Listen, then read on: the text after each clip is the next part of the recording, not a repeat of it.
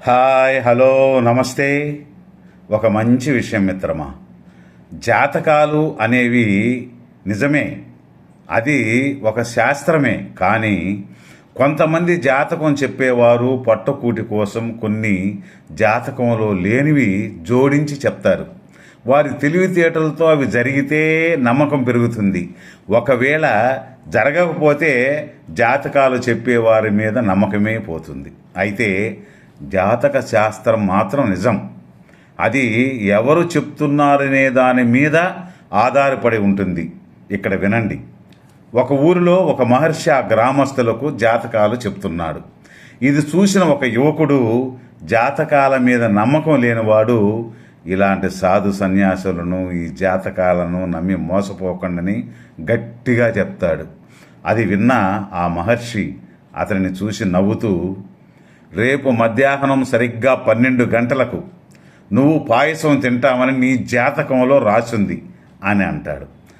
ఆ సాధువు చెప్పిన మాటలు అబద్ధమని, జాతకాలు గీతకాలు లేవని నిరూపిస్తానని మరుసటి రోజు ఎవరికీ కనిపించకుండా ఒక దట్టమైన అడవిలోకి వెళ్ళి ఒక చెట్టు ఎక్కి కూర్చుంటాడు. అయితే అటుగా వెళుతున్న కొంతమంది బాటసారులు మధ్యాహ్నం కావడంతో తమతో పాటు తెచ్చుకున్న ఆహారాన్ని తినాలని అదే చెట్టు కింద కూర్చున్నారు.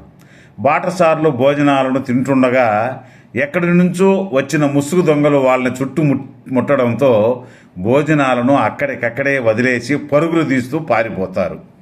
వాళ్ళు పోతే పోయారులే, బాగా ఆకలిగా ఉందని అక్కడ రుచికరమైన పాయసం చూసి తిందామని అనుకుంటుండగా వారికి ఒక అనుమానం వస్తుంది. అన్నీ ఎంగిలి చేసిన వారు ఆ పాయసం మాత్రం తినలేదని అంటే, మన మాదిరి ఎవరైనా దొంగలు వస్తే వారిని రక్షణ కోసం, దొంగల్ని చంపడం కోసం దీంతో ఒకవేళ విషం కలిపారేమో అని కంగారు పడతారు. ఇక్కడ ఎవరైనా కనబడితే ముందు వారికి పెట్టి తినిపించిన తర్వాతే మనం తినాలని చుట్టూ చూసి పైకి చూడగా చెట్టుపై ఉన్న యువకుడు దొంగలకు కనబడతాడు. రేయ్, కిందకి దిగు, లేకుంటే అక్కడే నిన్ను చంపేస్తామని బెదిరించగా ఆ యువకుడు కిందికి దిగిన వారితో ఈ పాయసం తినమని దొంగలు బెదిరిస్తారు. ఇంతలో ఆ యువకునికి ఆ మహర్షి చెప్పిన మాటలు గుర్తుకొస్తాయి. ఆహా, ఆ సాధువు చెప్పింది అక్షరాలా నిజమవుతున్నదని పాయసం తప్ప మరేదైనా తింటానని మొరాయిస్తాడు. దీంతో ఆ దొంగలకు ఇంకాస్త అనుమానం పెరిగి దొంగలు బలవంతంగా పాయసాన్ని ఆ యువకుని నోట్లో పోస్తారు. అప్పుడు సరిగ్గా 12 గంటలవుతుంది మధ్యాహ్నం. చూశారా, ఆ మహర్షి చెప్పినట్లు మనకు జాతకంలో కాకపోయినా రాసి ఉంటే మనం ఎక్కడ దాక్కున్నా, అడవిలో ఉన్నా జరగాల్సింది జరగక మానదు. జాతకం తప్పు కాదు, అది కూడా ఒక శాస్త్రమే. కానీ అది చెప్పేవారు తప్పుగానో డబ్బు కాశపడో చెప్పకూడదు.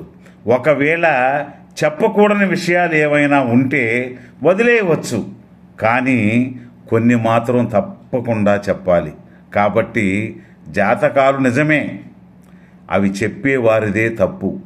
ఇది నిజం మిత్రమా. ధన్యవాదాలు. రేపు ఒక మంచి విషయంతో మరొక వీడియోలో కలుసుకుందాం.